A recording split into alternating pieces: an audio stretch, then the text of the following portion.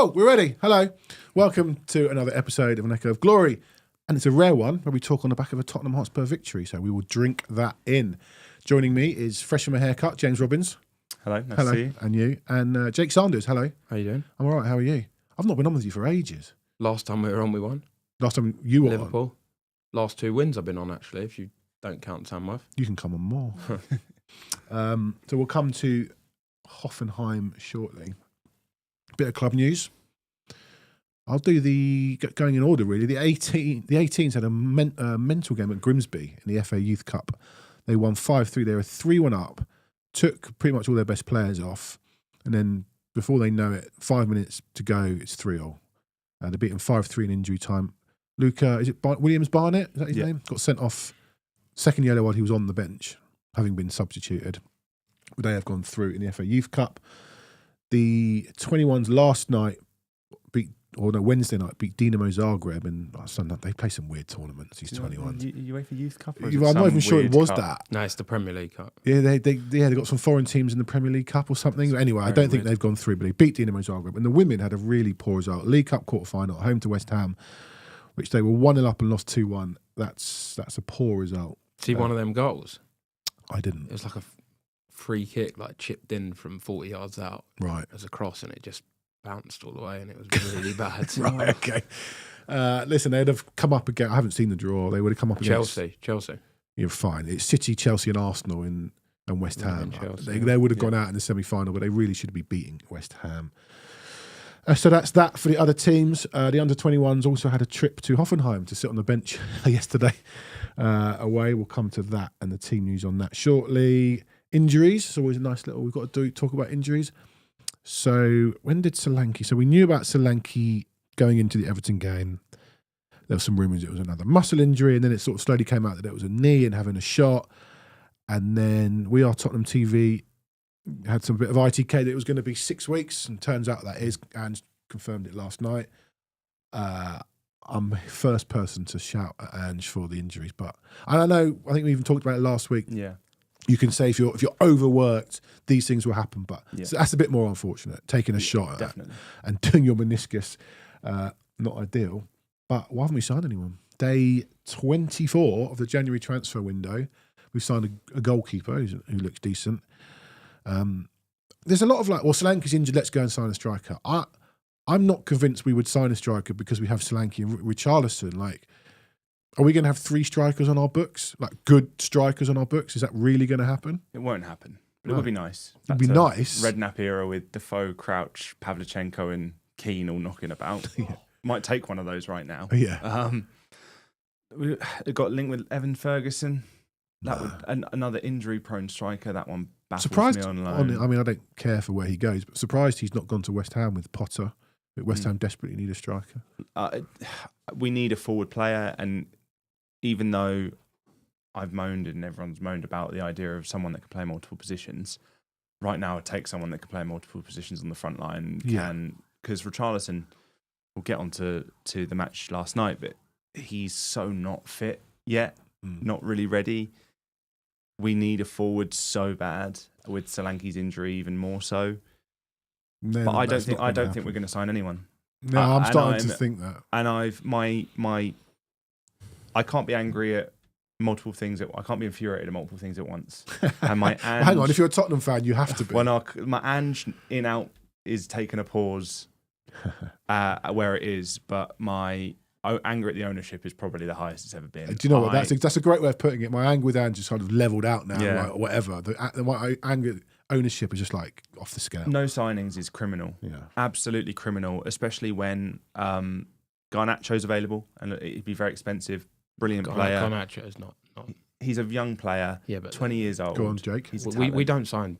Garnacho's a non-starter. He'll end up at Napoli if he goes. We don't sign. We're not going to sign a United. But that's the biggest problem. We need to behave like a big club. Yeah, but we just don't. We don't never do do it. But we're not even doing what we normally do right now. We're not even buying an exciting youth player. We're not even loaning Arnaut Danjuma. Exactly. We're not getting Ryan Nelson, Louis Saha in. It's bare minimum.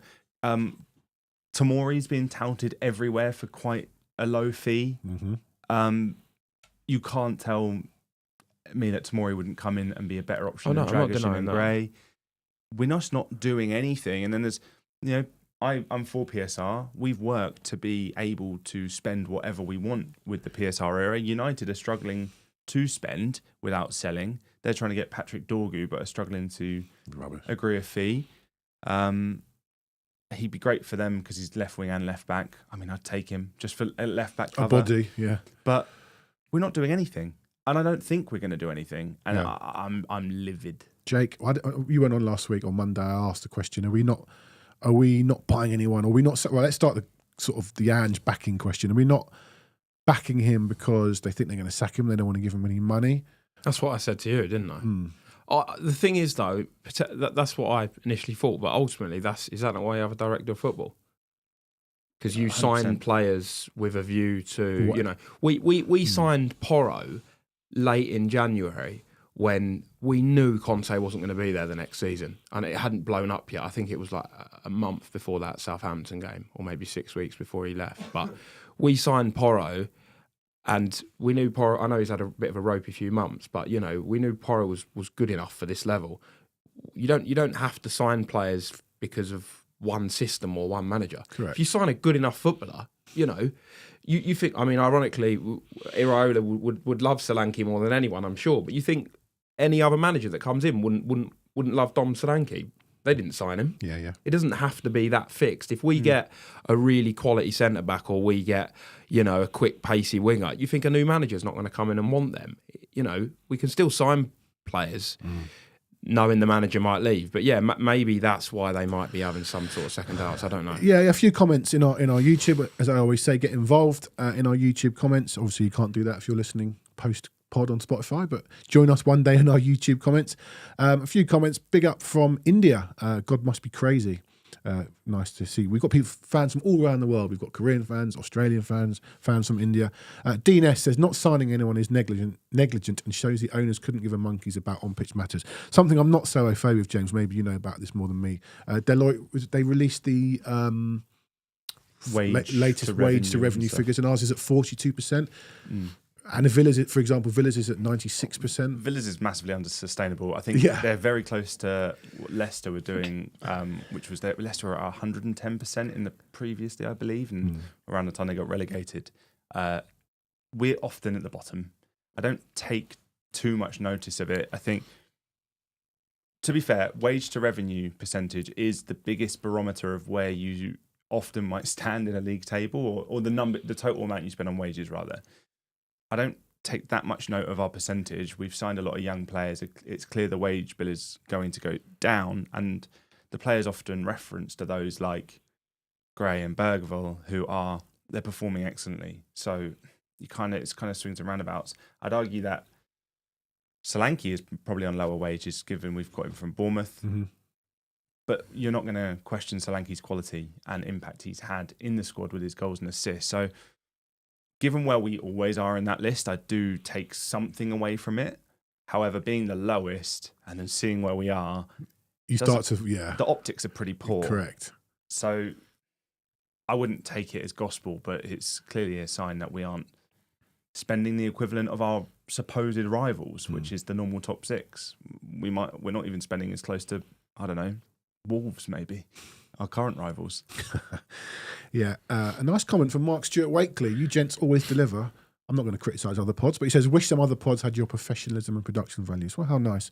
And as I always say, he's not an idiot, James. Back us here at Launchport Studios. If you want to become a member, you can become a member and give back to the excellent production values here at Launchport Studios. Look, we looked at the wages a few months ago before this came out, and we're sort of pitching around 5th to 7th in the spend in the wages, and that's where we should probably be in the league table, but we're not. We're 15th. I think the biggest thing on the gap between the wage and revenue is more again with transfers, it's what we could spend, and I think our wage, we still have a lower wage cap compared to everyone else, I believe. I don't think we pay more than 200k, and that used to be no more than 100k, and people around us are chucking out 300k a week quite often. And I was thinking in the week, like, when and who will be our first £100 million player? They might not have been born yet. Yeah. Right, should we talk about last night? Anything else to add? I was going to add something, but Go on. someone basically mentioned it. I know you don't like to bash the owners, but they don't care about winning. That's a fact. Oh, you say I don't like to bash them. No, I know there's certain ways to do it, but they don't. It's facts. They don't care about winning. They never have. We've got a history of not adding players. You know, we just mentioned, God, I can't believe I'm going down this route, but in January 2012, when we were in the title race, we signed Nelson and Zaha. That's Zaha, not Zaha. I wish we signed Zaha. That says it all. And we've done it time and time and time again when we've had promising positions from January onwards. Like now, we are 15th in the Premier League, but 2 signings could make a huge difference in winning a trophy, because ultimately we are not many football matches away from winning a trophy of some capacity. Not loads has to go right for us. I said to my friend the other day, we need to avoid defeat at Anfield, right, and beat Villa away, which is not impossible. No. And we are in a League Cup final, in an FA Cup 5th round, and a really, really, really nice route in the Europa League as long as we beat Elfsberg next week. That is not that far away from winning a trophy, which 2 quality players could make a huge difference. Yeah, if they totally cared about winning, they'd be in the door by now. I completely agree. All right, let's talk about last night. We've got Ben Jacobs coming on in about 15 minutes to talk about Leicester and other bits and pieces, an excellent journalist. But we're going to do a little bit now on last night. Here is the team that lined up. Back to the old 4-3-3, the 3-5, whatever you want to call it. 3-5-2 got binned 4 days later. In goal, Brandon Austin. Right back, Porro. Dragusin, Davies and Gray. Gets to go a nice go at left back this week. Bergval, Bentancur, Maddison, Kulusevski, Richarlison, Son. They were the adults that travelled, and the school kids got a day out in Hoffenheim. The subs, lowest squad number 20, Fraser Forster. Alfie Whiteman, Ajayi, Hardy, Lancashire, Olusesi and Mikey Moore. Mikey Moore was the most experienced player on that bench. Outfield, Outfield, yeah. It's mental, and happy birthday, Ryan, in the comments. Let's hope we sign a player today. Keep wishing, mate. You scream at the bottom of that cake, and who knows, it might happen. I've been bashing the manager for months and months and months. This is not a new thing, but I almost forget the manager this week. The players, they were the last 11 men standing, or 12, 13 men standing, and fair play. It wasn't pretty. We had to win with the results that happened. Galatasaray drawing and other teams playing each other, Man United, Rangers, and got to get ourselves in that top 8. And at the moment we are a win away against Elfsborg, who did beat Nice last night, but Nice are poor.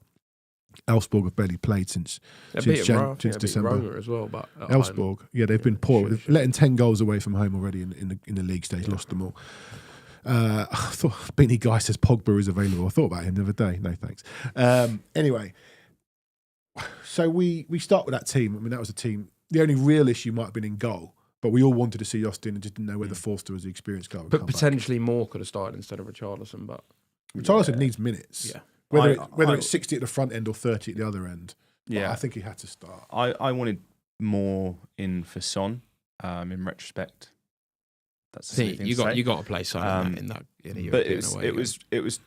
I think over the last few weeks, we've had the youth players or the younger players in the senior squad, Bergval and Gray, most notably, pointed out as playing probably the best in the squad and just developing excellently, and there's been a lot made of the senior players needing to step up. And for me, they did step up yesterday, at least a couple of them in Maddison and Son. Well, I want to ask you about Maddison, because you've said you're a big fan. Do you agree? I think he played really well yesterday. He did. For most of the game. Lovely goal. Made Son. His actual pass to Son was really good, actually. The guy did well to cut it out, but it went into Son's path anyway. Thoughts on Maddison? I think the reason why Maddison gets so much stick is almost not even on the pitch. The way he is as a character, he talks a lot, which is great when you're winning and not when you're losing. You know, there was that whole big interview before the North London derby in September where he did a massive interview with Sky and then he was terrible in the game and everyone was like, oh, you do your talking off the pitch, why don't you do it on it? Maddison's been fine this season. Yeah, okay, he's not been as consistent enough. Check his numbers out. He's been absolutely fine. He gets stick because we're losing games and the way he is, he talks a lot, which is fine. And, I know he's sometimes a bit soft and he goes down a bit. But I've said this throughout the last 18 months. If Maddison is not in that Tottenham team, something is wrong. Something is wrong with the current squad we've got. Is it not that Bergvall's just playing well? It's not Bergvall though, is it? Because a lot of the time he was picking Johnson ahead of him. And, I know he was sort of reluctant not to have Kulu. Well, I'd argue that was more to get Kulusevski into midfield and also then Sarr for legs to begin with. I can't see how anyone would rather start Brennan Johnson on the right and Kulu in the middle than Maddison in the middle. James Maddison is Tottenham's best footballer by a mile. Footballer, right? I know technically Kulu's great, but the first two goals, the first goal, no one in the squad can do that. No one can. The Man City goal, the second goal, the Southampton, loads of times. No one, when he's on it, he is levels above anyone. And, it's probably quite fitting that he plays for us right now because that's his career, really. He's got all the ability, he's just not consistent enough. Yeah. And consistency has been a thing with me for him. I'm actually in that camp a little bit with Maddison where I accept he's an incredible player. And when he is on form, he is one of the best number 10s in the league. Yeah. We definitely haven't seen that form since the first 10 games under Ange. Yeah, well. But his personality does irk me. Yeah, exactly. That's what I mean. He's got the wrong type of arrogance, whereas I think some of our players like Gray and Bergvall, as young players, have the right type of arrogance, which is kind of an intangible, hard to quantify. But Maddison being in and out of the squad has been a weird one for me this season. And he has got, I believe, 8 goals. 9 now. 9 now. And you can see his quality. Maybe he's been carrying a knock.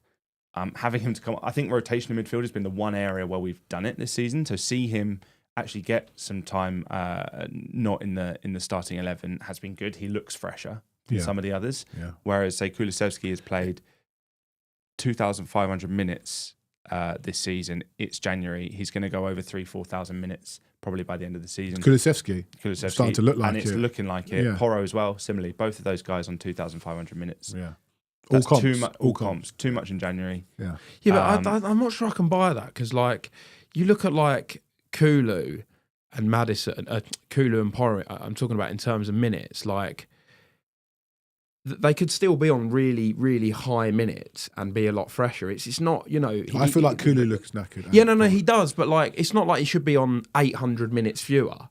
It's almost like he should be maybe a couple of hundred fewer. As I was saying off air, yeah, some of our players have been run into the ground, but we did I saw a list the other day of the most minutes from all Premier League players, yeah, and there's 6 from Arsenal. They do that every year. Saliba, Gabriel, Rice. Do you know what it is? It's an excuse when you're not winning football matches. Yeah. That is it. And I know that they've been, Kulu should have got more help, but I just think the minutes are excuses. They are. Look at, Dragusin has started 20 games in a row for Tottenham, and I'm counting the Chelsea game that he didn't start because he came on after 15 minutes, right? Mm-hmm.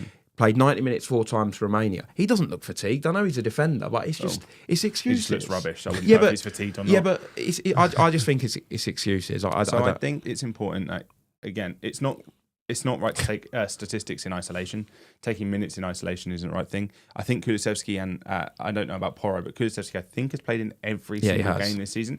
No player should play in every single game in a season. Kulu's played 40 games this season. That's absolutely insane. That's insane. 40, yeah. That's a lot. There's people calling for players to be rested. Kulusevski, Porro against Leicester. I'm sorry, we talk about Leicester. We literally can't rest. We can't. Do you know what? If we had a fully fit squad, you'd say, you know what, yeah, we could rest him on Sunday, even for, but we can't rest anyone. We've got no players. Let's get back to the game itself. So we are 2-0 up, and there's not one person who's sitting there going, yeah, well, we've been here before, and they did look like scoring next. They were poor though. First half, they were dreadful.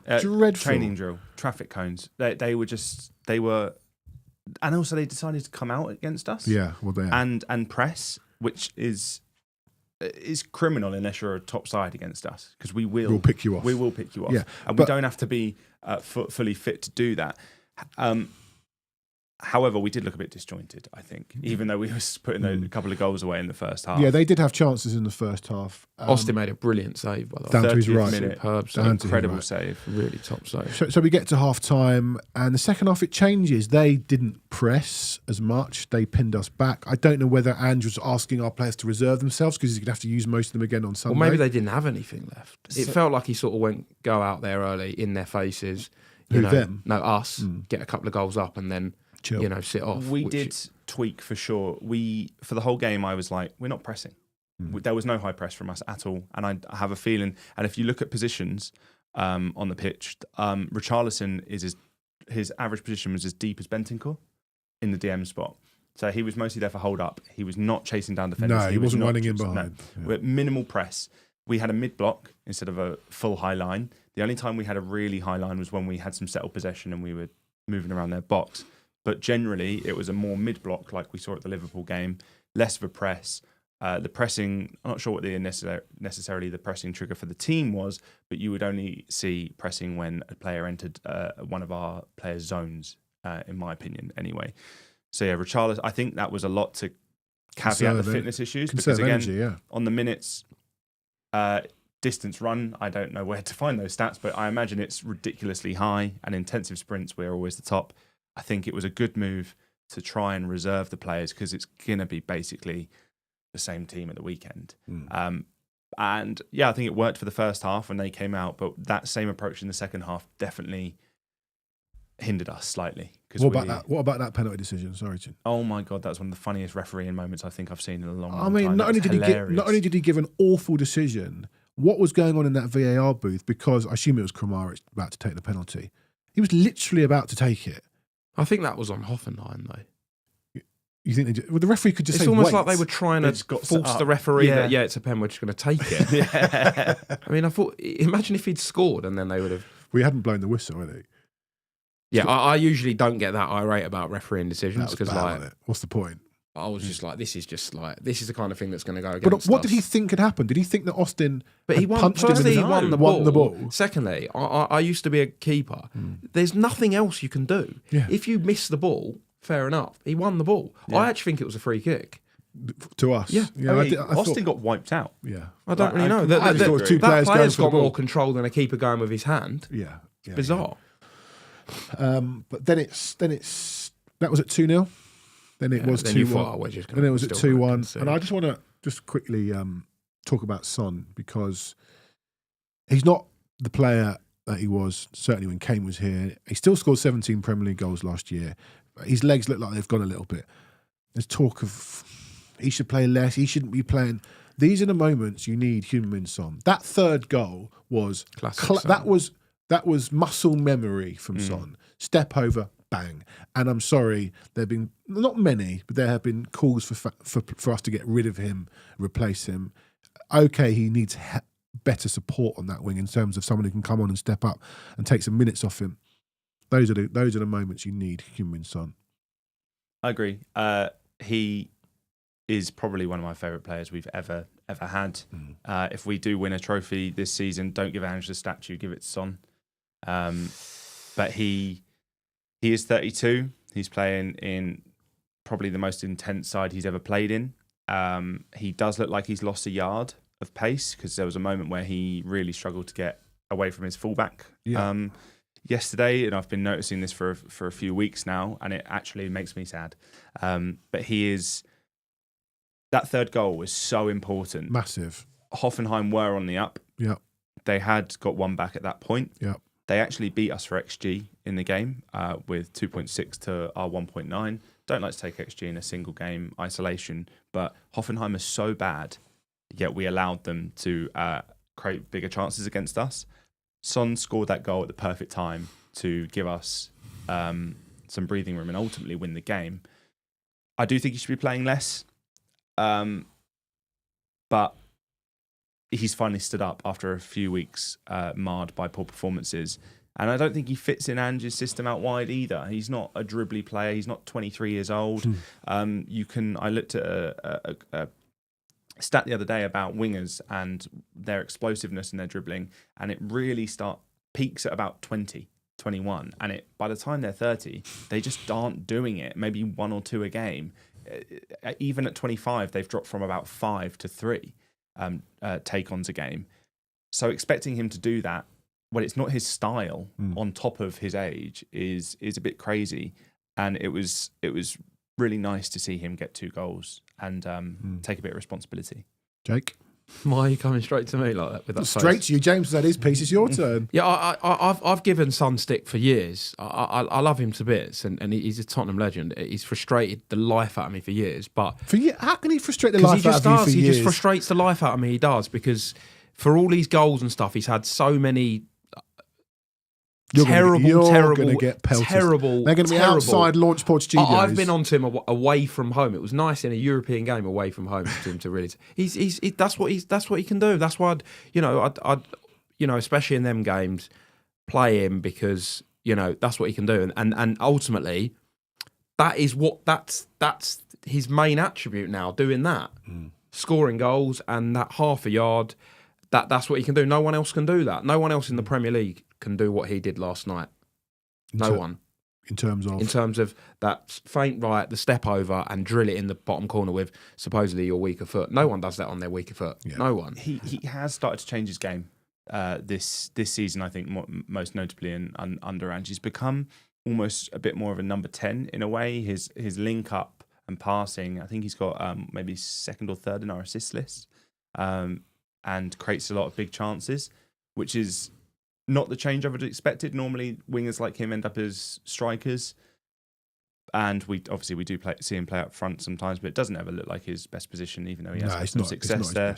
But weirdly, yeah, he's become more creative, if anything. But he's not creative, but he shouldn't be. I just want him to score goals on him. There was a moment, it was their first goal, where he actually put in a poor cross, and we were 4 or 5 players out of position. But their left back, who was level with Son at the moment that Son lost the ball, is the guy who puts the cross in. And Son, bless it, he had no desire to get back.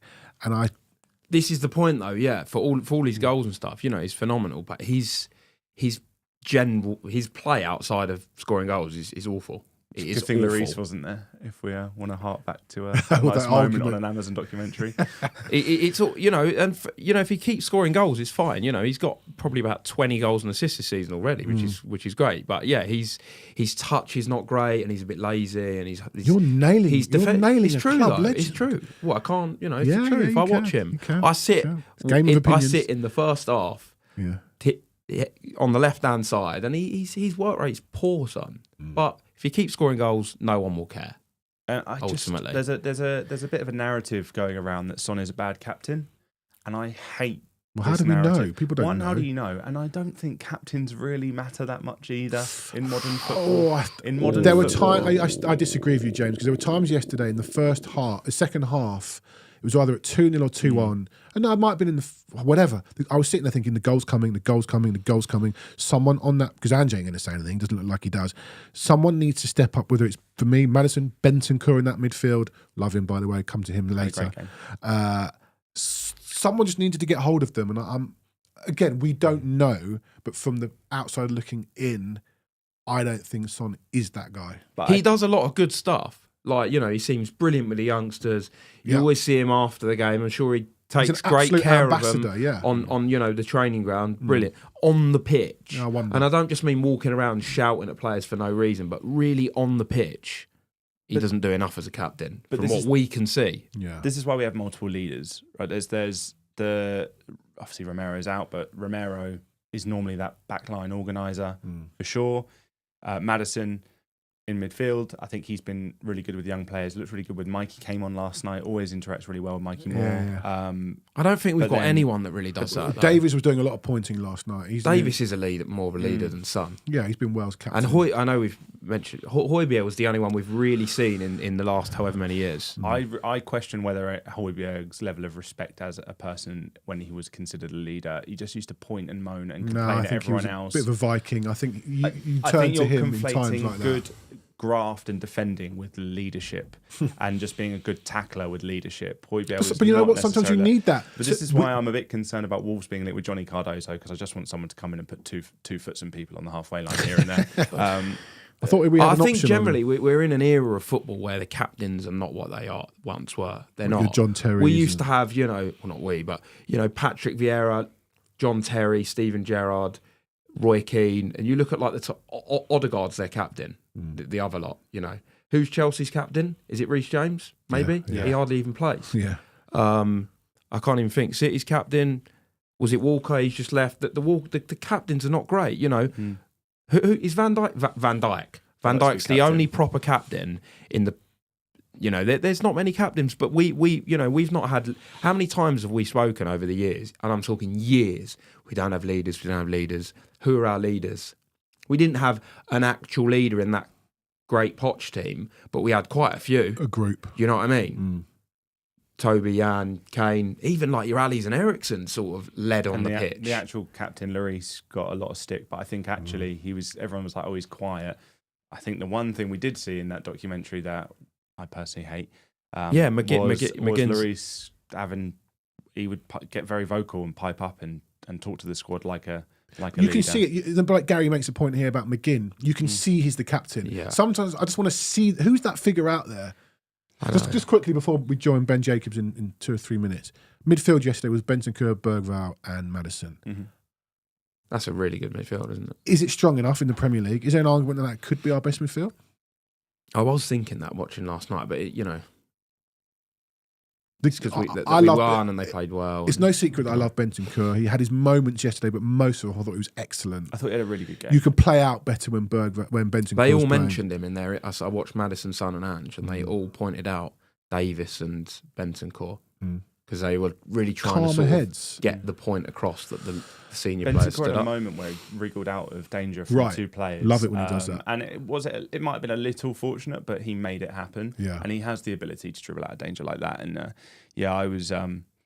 I have been in the camp of Bissouma and Bentancur can both go because I think revitalisation in that number 6 position. But if Bentancur plays like that all the time, then I will definitely rethink that. Yeah. I think ultimately the Bentancur is always about one thing and one thing only. Can he stay fit and available? Because, for not just injury problems, he's had issues, pretty much in the last 2 years. It was February disciplinary, 23. or Uruguay with the Son. Just a lot. In 2 years, he's not. These things aren't his fault. It's not his fault he did an ACL, but in 2 years, he's not stayed fit enough. Well, the suspension was his fault. And no. But apart from that, the injuries and whatever. 2 concussions is a worry. That's what I mean. Ryan just said, so I need to see him put a run of games together. He needs to stay fit now. Do you remember when Vertonghen had his concussion and they spoke about it after he left? It took like 9 months to ever get his head back to that level where he could play football. Yeah. And it ruined his career at Spurs. And the worry is Bentancur's had 2 concussions now. And he's when still was the first one? Against Leicester? Yeah, big head in the box. On the first start? Opening weekend of the season against Leicester. Yeah. I don't even remember. Because he'd had that injury against Leicester, the cruciate against Leicester. And it's like he's back at Leicester. Yes. And then he gets injured at Leicester again. God, who have we got Sunday? Yeah, exactly. Leicester. At least it's at home. Every concussion you have leads you to more likely to get another concussion. Right. And that is a concern for me with him and also just for his health long term. It's a worry. Last time we played Leicester at home, he scored. That's a good omen. And Maddison scored against us. I don't remember that. 6-2? 6-2 to Bentancur. Oh, that's Bentancur's first goal when he went through 1-on-1. Yeah. We are going to be joined by Ben very soon, hopefully. But just to finish off the Hoffenheim game, look, well done. They got through it. They had to get through it. Social media overreacts to everything. Obviously, there was a lot of positivity. Nothing's changed for me. Nothing's changed. The performance wasn't great. I thought it was managed badly for about an hour, between 30 or half an hour, between 30 and 60, maybe longer than that. But props, they got through it. There was 11, 12, 13 men standing. We had to have kids come off the bench who'd never played before. We got to mention Ola Sessi, who played against Grimsby as well. I saw his interview. Did he? And then played against Hoffenheim. Yeah. I liked his energy. Twice in 3 days. Yeah. He kept giving the ball away. Yeah. But fair play. Him and Mikey five teenagers. And said in his interview, 5 teenagers ending a must-win European game is literally unheard of. Yeah. And I know 2 of them are first teamers and play, but that team that ended is absolutely wild in a must-win European away game. There's a bit of team news just dropping for, yeah. Is it bad? Well, Spence is out, unlikely to play. James is rocking back in his chair. So bad injury? So he said, Jed is still sore from the weekend. He's got a knock. He's a doubt. Pape's still a doubt. Reguilon should be okay. I'm ready, James. Bring him in. Thank you. We're going to bring our guest in, Ben Jacobs. It's the first game where you would have said, do you know what? You could rest Porro. To be fair, you can still rest Porro if you want to go over a really rogue defence. Gray right back. Reguilon left back. Here's Ben. Hello, Ben. Can you hear us? Guys, how's it going? You good? Yeah, good. Thank you for joining us. Yeah, my pleasure. Thanks for having me. Looking forward to, well, I can't say I'm looking forward to talking about Leicester, but we will talk about Yeah, Leicester. we will talk about this. I was going to say we can't have too many fans on who might be in worse moods than us, but we've managed to find one. I think we are in that category for sure. Ben Jacobs, Leicester fan, journalist, broadcaster, thank you so much for joining us. We'll start with Leicester then. So I wouldn't say topsy-turvy season. It's been a difficult season. Cooper goes and Van Nistelrooy comes in at 6 straight defeats. How's the mood? The mood is bad. I have to say the saving grace of the season is probably the fact that Leicester didn't get a points deduction. And if they can somehow stay in the Premier League, you feel like they can build. I kind of cling to the synergy between the Great Escape under Nigel Pearson, followed by winning the Premier League. And of course, in that Great Escape season, everybody wrote Leicester off from about January or February right through until April, and somehow they went on a winning streak. So I'm basically clinging to that in the hope that we stay up by a point and then win the Premier League again. But it's a series of poor defeats under Ruud van Nistelrooy. He's never been in this position as a player where he's had to fight relegation. He's got limited managerial experience. The goals have dried up. There's too much of a burden on Jamie Vardy. The first choice goalkeeper, Mads Hermansen, is missing, so he's had to chop and change at the back. Wout Face looks a little bit shaky, and that should be the experienced partnership with Vestergaard, and yet Leicester are shipping goals. So they're making errors, they're failing to be clinical at both ends of the field. And to be honest, you would say a game against Spurs, regardless of Tottenham's injuries, you would think that Tottenham are nailed on to win this one. We're not nailed on to win anything. In terms of the managerial change, listen, hindsight's a wonderful thing, but are there fans, are you one of those fans that, maybe we should have kept Cooper, or no, Cooper was definitely right for going, but maybe Ruud wasn't the right choice, or is it still too early on that one? Yeah, I feel a little bit sorry for Steve Cooper, only because he came in under quite a challenging circumstance, and everybody kind of was aware that John Rutkin's first choice was Graham Potter. Right. And Leicester felt like they had almost agreed something with Potter, and then he kind of slept on it and they had to move on. And that was off the back of unexpectedly losing Enzo Maresca to Chelsea. So if stability and continuity had happened under Enzo Maresca, you're suddenly looking at Leicester through the prism of a squad that had found a way to adapt to that possession-heavy system, had come up as league winners. And then you think, you know what, Enzo Maresca is going to be able to keep Leicester up. And suddenly you lose your manager. In addition to that, Kiernan Dewsbury-Hall, a massive source of goals and assists for Leicester last season, also goes to Chelsea. And then suddenly Steve Cooper comes in, and the players just didn't take to him.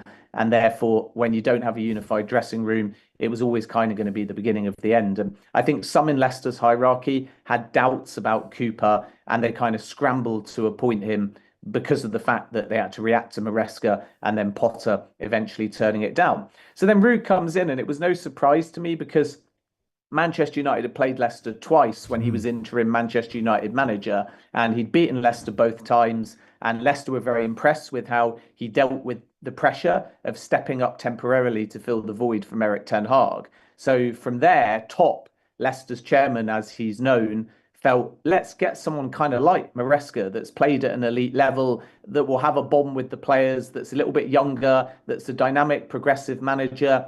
And on paper, you think, great.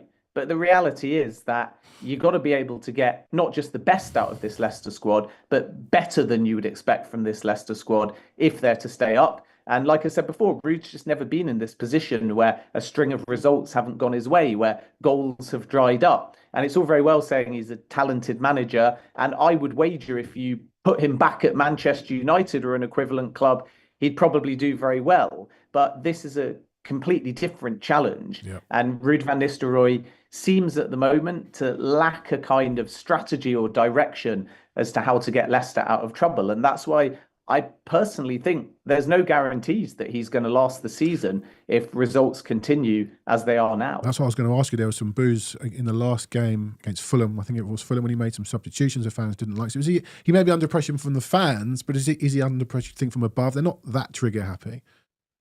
Well, I think there's this weird sort of cyclical, almost he said, she said type situation where yet the fans are booing, and of course that is partially against the manager, but they also just feel that those up above made the wrong appointment. So it's not all about Rude. It's also about a protest against particularly John Rutkin, who many Leicester fans feel needs to go if the club is to move in the right direction. And therefore, every time you hear the noise against a bad result, it's not necessarily do those who are above agree. It's more Leicester's leadership thinking, yikes, if we get rid of Ruud van Nistelrooy, then the fans are only going to immediately turn on us because they'll hold us to account, as they did with Steve Cooper. So I think if you gave most Leicester fans a choice, certainly me anyway, between does Van Nistelrooy go now or does John Rudkin depart, I would be saying Rudkin, because you look back at how long they took to sack Brendan Rodgers when it was the beginning of the end, probably a year or 18 months before he actually went. You look at sanctioning the departure of Wesley Fofana to Chelsea, even though the club were adamant he wouldn't be sold. That was a big blow. The money was good, yes, but I still think if Leicester had kept that kind of player and he stayed fit, they wouldn't be where they are now. Finding a solution for Jamie Vardy, it's brilliant. Vardy's leading the line and has longevity, and I shout and scream and celebrate every goal he scores. But the reality is that he's 37 years of age. So who is the replacement for Jamie Vardy, and why are they not already at the club? Who is the replacement effectively for Kiernan Dewsbury-Hall? Why are they not already at the club? They did sign El Khanous, who can play behind the striker, but he doesn't have the same goals output as Kiernan Dewsbury-Hall had. So there feels to me like a surprising lack of forward planning by Leicester. And maybe some of that is financially, they just don't have the ability at the moment to move freely in the market. But my memory of Leicester when they won the Premier League and under this King Power ownership is a club that have passionately and consistently invested in infrastructure, built a world-class training facility, dined off the back of winning the Premier League, put strong foundations in place. And as you rightly say, never really been trigger happy. But everything in the last sort of 2 seasons seems to have stopped. And now there's less direction in recruitment. There's less unity in overall decision making. There's much more panic around the club. And I don't think constantly changing the managers is going to fix the problem, which is why John Rudkin in particular is under increasing and significant pressure. It sounds like you're talking about us minus winning the Premier League with selling players they shouldn't sell, nice new training facilities, and not cry now and as not well, buying by the in way. forward So I do areas. have every sympathy for Spurs. Just bringing it back to Spurs, I want to ask you about Harry Winks and Skip. I know Skip's not played as much this season, and Winks has obviously been there a year longer. But what have you sort of made of them? Because a lot of Spurs fans are sort of happy to see them go at the time, and got quite a lot of money for Skip, perhaps overpaid for him, maybe. Yeah, I think Skip we haven't seen as much of, but I liked him at the time that we signed him. He felt like the right kind of player and character for what Leicester needed, but unfortunately he's been unable to have like a consistent run in the team. Winks has been excellent for Leicester, and I think day one when he arrived, it was obvious that he was better than the Championship, and now he's a regular starter in the Premier League. He's one of those almost yo-yo players that's kind of too good for the Championship, and there's a question mark as to how good he can be in the Premier League. But I don't mean that disrespectfully. He's absolutely fine for Leicester. I just can totally understand why Tottenham let him go. But if you look at the game against Fulham, it was Winks and Samare. Wilf and Ndidi is obviously very important for Leicester as well. So when it's Ndidi and Winks, you feel like that deeper lying midfield is very strong. But that's when you start looking at who can they feed in wide areas. And Jordan Ayew, in fairness, has been excellent for Leicester, but does still lack a little bit of pace. And Jamie Vardy is fast, but not as fast as he was perhaps 10 years ago. So I start to kind of feel a little bit sympathetic towards the deeper lying midfielders, because Winks is winning the ball well and he's kind of looking up. And because we're not as possession heavy as we were under Enzo Maresca, or because we're not as fast as we were in those years where we were qualifying for Europe and ultimately the season where we won the Premier League, there's no Riyad Mahrez, there's no peak Jamie Vardy, there's no Danny Drinkwater, who was unsung for Leicester, there's no N'Golo Kante. I'm getting serious PTSD. Honestly, yeah. Every time you say Leicester win the Premier League, when I hear Mahrez and Vardy, it's like, amazing. Oh, it's so amazing. To be fair, but it's expected, right? Because you go down and you can't expect to come back up and relive those glory days or be thinking about the top half of the table. So Winks has done very well, But I do think sometimes he does all the right things, the unsung things, the basic things, and then he kind of looks up for a progressive pass, Yeah. and there's just nothing on.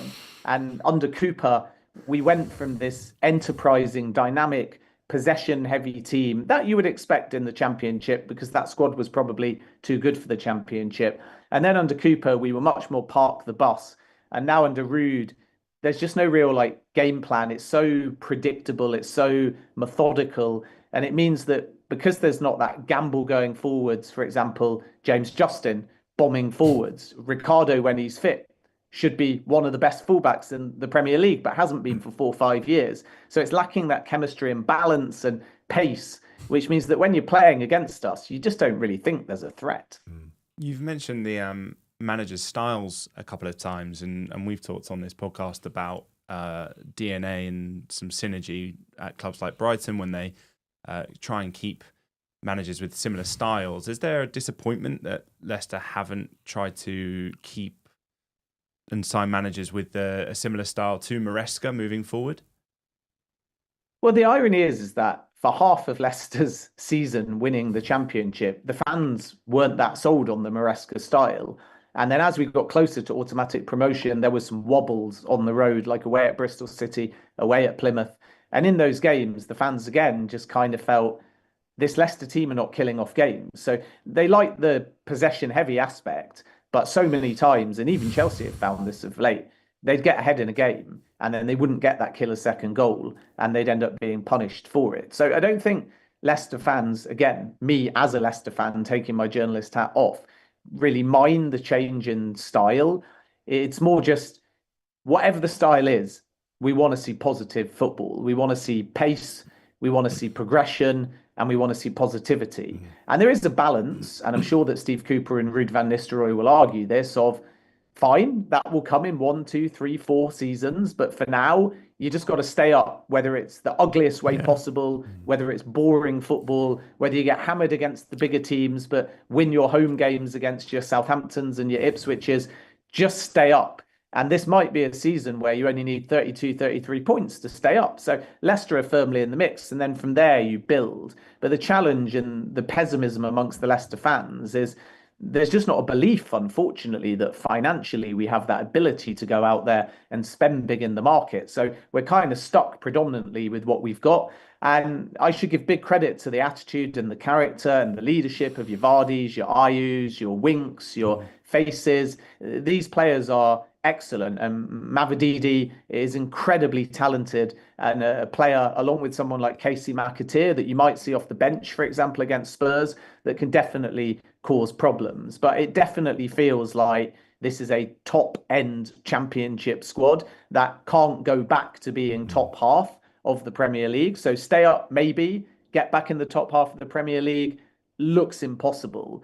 And I suppose we're just a bit greedy as Leicester fans now, because if you'd have asked me under Martin O'Neill in those years when Leicester won a couple of League Cups, lost to Spurs, of course, in a League Cup final as well. If you'd have asked me then, when we sort of had Savage, Lennon, Guppy, Pryor, Ian Marshall, Emile Heskey, Stan Collymore, whatever. If you'd have asked me back then, would you have been happy with mid-table mediocrity in the Premier League? I'd have said, of course, because we're Leicester City. But the newer generation of Leicester fans, they only remember Sevilla beating them and reaching a Champions League quarter-final, winning the Premier League, almost finishing top 4 in 2 consecutive seasons under Brendan Rodgers. So it feels perhaps to an under-30s generation like Leicester have had this sharp decline, and younger fans don't understand how spoilt they were in those glory years. So it's so steep, the decline financially, and obviously relegation, and now fighting relegation this season, that those paying hard-earned money, and with prices going up since they started doing very well in the Premier League, are basically saying, what on earth is going on? This club is suddenly being mismanaged. Just taking it forward to Sunday on the back of last night, what's the sort of feeling as a Leicester fan towards James Maddison? Because I know he's not the most popular with every single fan. I know there's still a lot of Spurs fans that are unconvinced of him. What are your sort of thoughts of him now? Will he be booed on Sunday?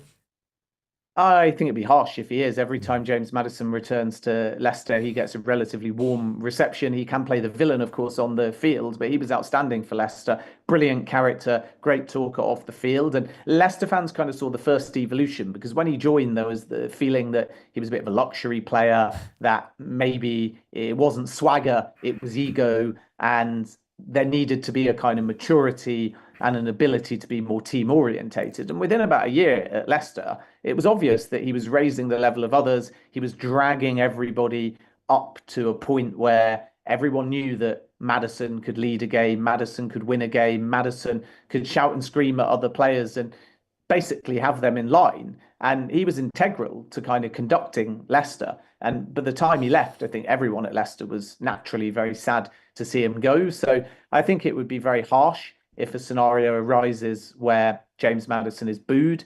And I think Leicester fans have a lot of respect for him. The Tottenham tenure has been very interesting, because it felt to me, you guys all know better than I do, that he kind of hit the ground running. Yeah. And there was that brief sort of Ange honeymoon period. It was actually quite long. It was probably 10 or 15 games. It was definitely 10. Premier League. And so 10 games, fine. But that's quite long. That's sort of a quarter of a season. And it was, from memory anyway, where Son was kind of leading the line. They hadn't replaced Harry Kane, and Maddison and Son were developing this really exciting, promising partnership, and they looked unstoppable together. And it reminded me exactly of the situation when Leicester won the Premier League with Vardy and Mahrez, and that was the kind of partnership that made all the difference in the world.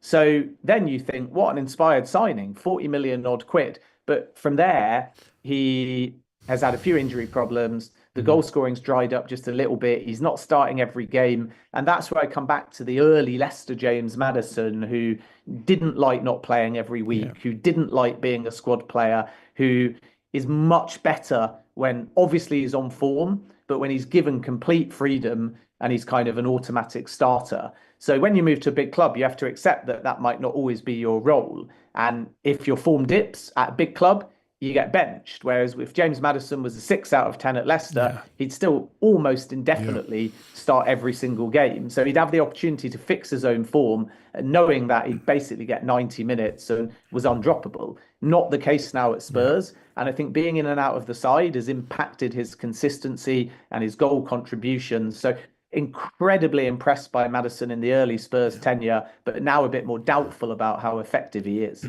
And just with your journalistic head on, and I'll get a prediction from you for Sunday as well.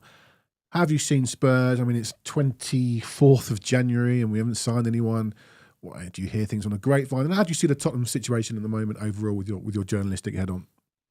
Yeah, I can't help look at the long list of injuries and have some sympathy for Ange, but by the same token, it's clear that he's very stubborn in his philosophy. And when you have this many injuries, you have to first assess, in my opinion anyway, can the players you've got on the field play this system? And if not, you become so susceptible at the back that there's a danger that too many bad results happen. And then regardless of this desire not to look at Ange's future on a game-by-game basis, you have to, because that is ultimately just football. And I think Wolves had this earlier in the season where they really didn't want to get rid of Gary O'Neill, but eventually they had to. So the line I get consistently is that Ange is under no immediate threat, but suddenly it's changing a bit more to it's an important few weeks ahead for Tottenham and Ange Postecoglou. But if you're Ange, you're almost entitled to turn around and do what Antonio Conte did. If you get nobody in January that really helps you other than Kinski, and then results don't improve and the injuries continue, and we now know that Solanke is out for about 6 weeks with a knee injury that he picked up in training, of course the manager's going to turn around and go, well, what did you expect? There was no backing. So I sense that they need a wide attacker, likely left-sided, because I don't think the Timo Werner loan is going to become permanent. That might be more a summer thing, but you could look to buy now. Yeah. I think eventually Richarlison will be sold, unlikely for January, but very possible for the summer. Even if you got 40, 45 million, you can reinvest that in the market. It's clear to me that they need another defender.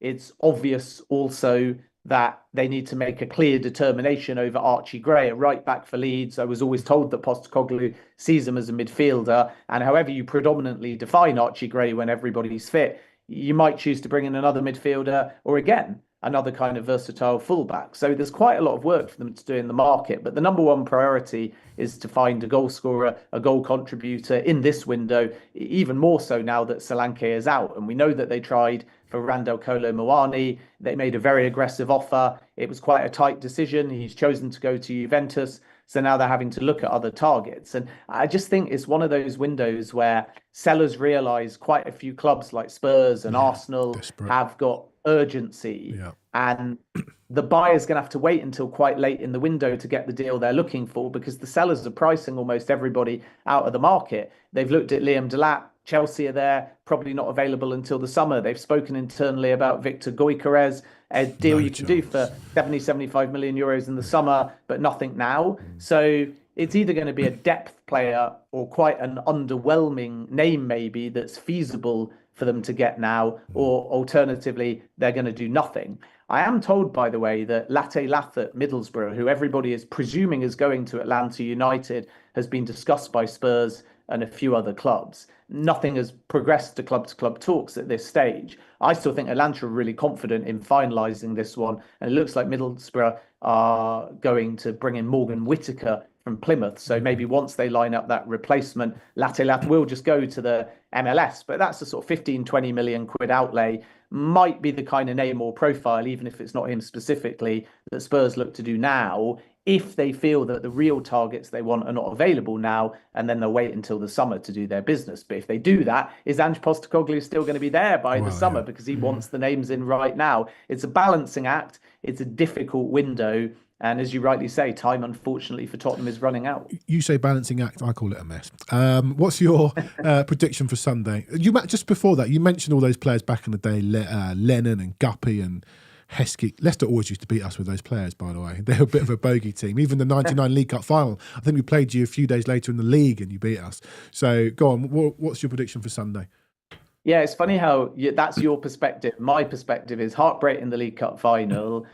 I think it was 2 seasons, but certainly one. Harry Kane, final game in the season, Tottenham battering us at home and Leicester missing out on Champions League football. And then one of my first away games as a kid was a 4-4 at the Tottenham Hotspur Stadium, which was an incredible game. Yeah. So they always tend to be high scoring. They always tend to be entertaining. Yeah. And I think now Spurs have got that win over Hoffenheim, and they're the home team as well. I can only see one thing, and that's a home win. I'm a very pessimistic Leicester fan, I have to say, that is always happy to be proven wrong. I've got great respect for the club and the players, but I've almost braced myself to start pessimistic and be sort of predicting a loss.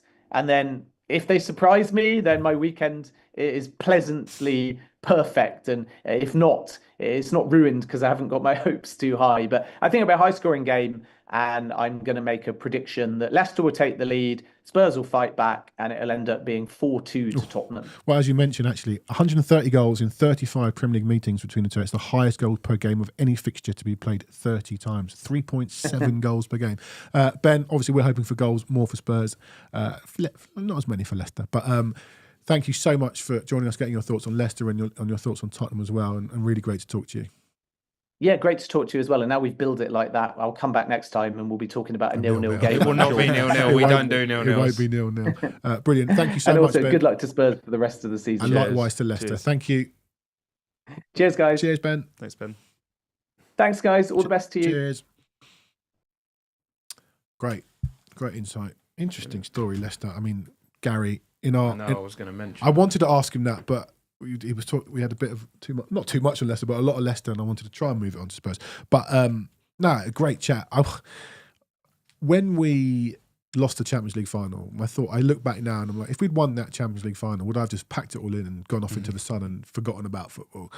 Probably not. But I do wonder, when Leicester won that league, it's still the most remarkable story. If you're a Leicester fan, sport, would you just be like, I'm done? You can't. The thing is, you can't just turn off the emotions. Like I would have said, or loads of people would have said that about, if we won the Champions League final. But then when you dust yourself down, you're in September and you're playing West Brom at home and you're drawing 0-0, and you don't just go, we won the Champions League. Yeah. You can't just switch that off. But yeah, I get the idea. I stand by that Leicester season, when it got to the second half of the season, that teams wanted them to win. So Definitely won 100%. There was a game that they played Swansea. Yeah, that was Ashley Williams. Williams. Yeah. It was like, go on then. I don't believe that teams actually. Chelsea spoke about it in post-match presses and interviews. That Hazard was like, "We want Leicester to win." Like, come on, it was. Yeah. I think a Norwich game. I'm not sure. Yeah. I want to, just before we talk again on Sunday, just about the transfers. Gary Beck's made a comment, and Ben actually alluded to it a little bit on the interview, that it might be a lot of stuff late. Are Spurs waiting to see where we are in these cup competitions or in Europe? I don't agree with that. We've had 8 games in January now, and we've not signed anyone. Mm. That week is literally the season, isn't it?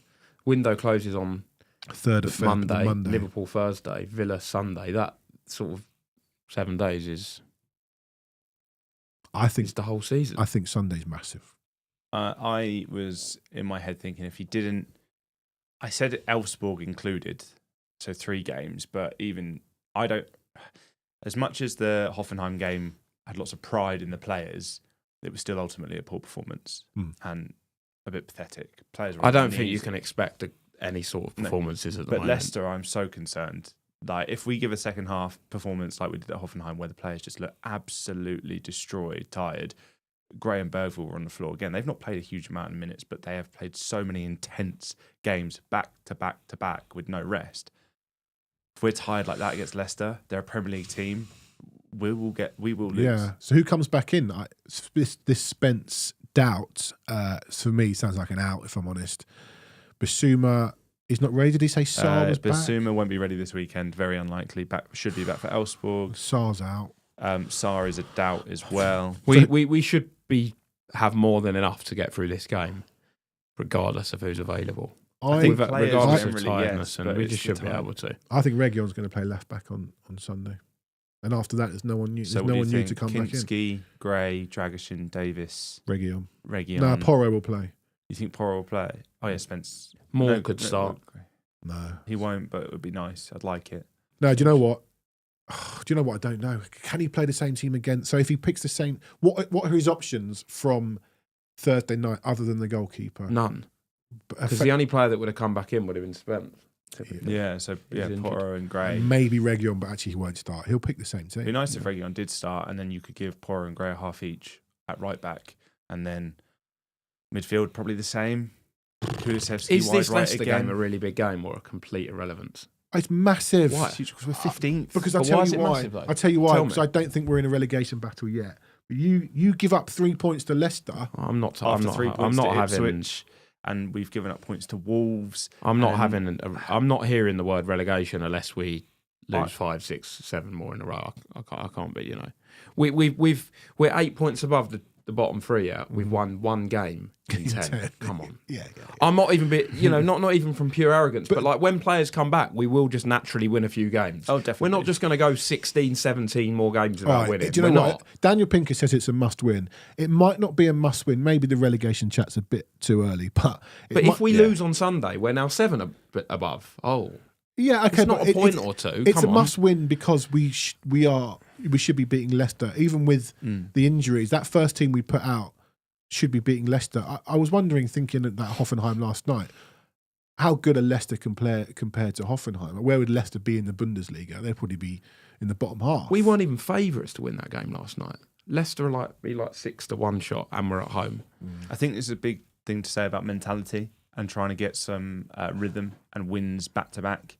Another loss after, I don't know if you saw Maddison's post-match interview yesterday, where he was like really, almost looked like he was going to be brought to tears, really prideful about the boys and the effort that was put in.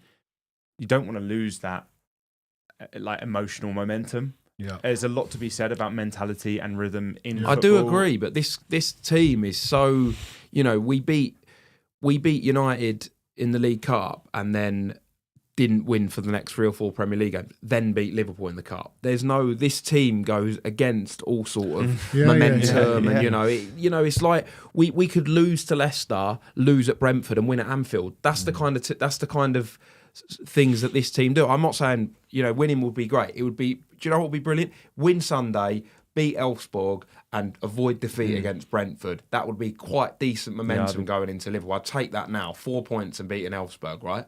That would be fine. That'd be really good. But I don't know if does that make a huge difference? Do we even know with this team? Who knows? Right, going to wrap up shortly. Just quickly, we beat City and then Well, did all those other results and after Ipswich. So we who do knows? that. We do that every year. Beat City, then lose to Burnley. yeah. Some pre-match stats I'm going to give you because it's my job, so I'm going to do it, whether you like it or not. Tottenham have won 5 of their last 6 Premier League home games against Leicester, scoring at least 3 goals in all 5 of those victories. We'll have that again. Thank you. As the stat I gave to Ben, 130 goals in 35 Premier League meetings between these two, the highest goal per game ratio of any fixture to be played at least 30 times. Here's some for the negatives amongst you. Since the start of December, only Southampton 8 have lost more Premier League games than Tottenham, 7. Southampton are the only team to concede more goals than Spurs in that time. Leicester have lost their last 7 Premier League games. I think I said to Ben, but it's 7. I said to Ben 6, but it's 7. Could equal their league record for consecutive defeats. There you go. And here's one for you. Here is one for you, Jake. Tottenham have lost their last 3 Premier League matches, last losing 4 in a row in April to May 2024. They did not lose 4 in a row between 2005 and 2023. Ange Postecoglou could potentially become the second manager to lose 4 consecutive matches twice in the Premier League after David Pleat in 03-04. Yikes. Yeah, don't want that to happen. That's why it's must win. I also think if we don't win, it's our worst league run since the 2 points from 8 games. What in terms of points or 1 win in no, 11? No, in terms of we've not won in 6, have we, in the Prem? Yeah. It would be none in 7, which is the worst run since the longest winless Prem run since the 2 from 8. Just a point on injuries that we have and going into the weekend with a couple more players looking like they're out. A lot's been made of injuries. I was talking to a friend the other day. I said, just because we're all banking on players coming back fit doesn't mean people can't get injured again. Well, this is they it. can and especially will. with the cycle that we have. Exactly, and that's why it's so ridiculous that we haven't signed anyone as well. Like, oh yeah, don't worry, Bentancur's back now. Romero's back in training. Great. You can imagine just the chat in the boardroom, and it's like no, like Romero could come straight back in like he did last time. Came back in too early and pull his groin again. Van der Ven is back in training supposedly next week. He can come back and pull his hamstring again in 3 days. You don't know. There's no planning, James. And then there's no transfer window for months. Yeah. Honestly, it has to be now. The Kulu injury's coming as well. Oh, 100%. Him and Porro just nailed on. Jake's packing up. Jake's ready. Packing up. Prediction for Sunday? I can't not go with a 3-1. I can't not go for us to win that game. This is an appalling Leicester team. Are you going? No. I'm working. I am. 3-1. And I'm going. I want to see a win. 3-1. I think I'll go. So, because I'm going to say 2-1, but I actually think we're going to lose. I think we're going to lose. Do you? 2-0. 2-0. No, we're scoring. They've had since Van Nistelrooy took charge. They've conceded the most shots. Like teams are peppering Leicester. Yeah, that's a good point, and we like it when we get given shots. So you're going to say 2-1 to Leicester. All right. 2-1 to us because I'm going. 2-1 to them if I wasn't. All right, we're going to beat them. We are going to beat them 4-1. I hope so. That's just my prediction on corners. 4-1. Ronnie here says 5-2. I think a couple of people said 5-2. All right, gentlemen, we're back on Monday to chew over that possible defeat to Leicester. We'll be joined by Frida Fagerlund, who's been on before, to talk about Elfsborg and Kulusevski and Bergval, who she will rightly call Bival. It's like Birdval or something. Yeah. So we'll be talking to her on Monday as we look forward to Elfsborg. But first, we've got to get Leicester out of the way. Gentlemen, thank you for joining me. You. Everybody, thank you for tuning in, for all your comments. Always appreciate it. And we will see you on Monday, and up the Spurs.